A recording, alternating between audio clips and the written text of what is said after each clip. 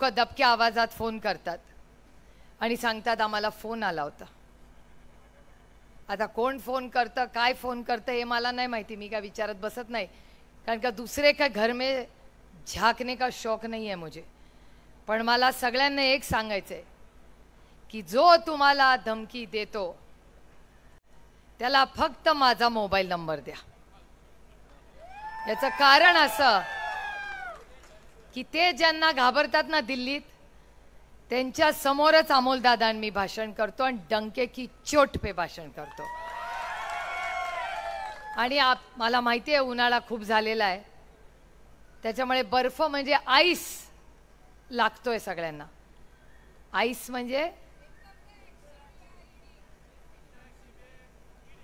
Income tax, CBI, ED.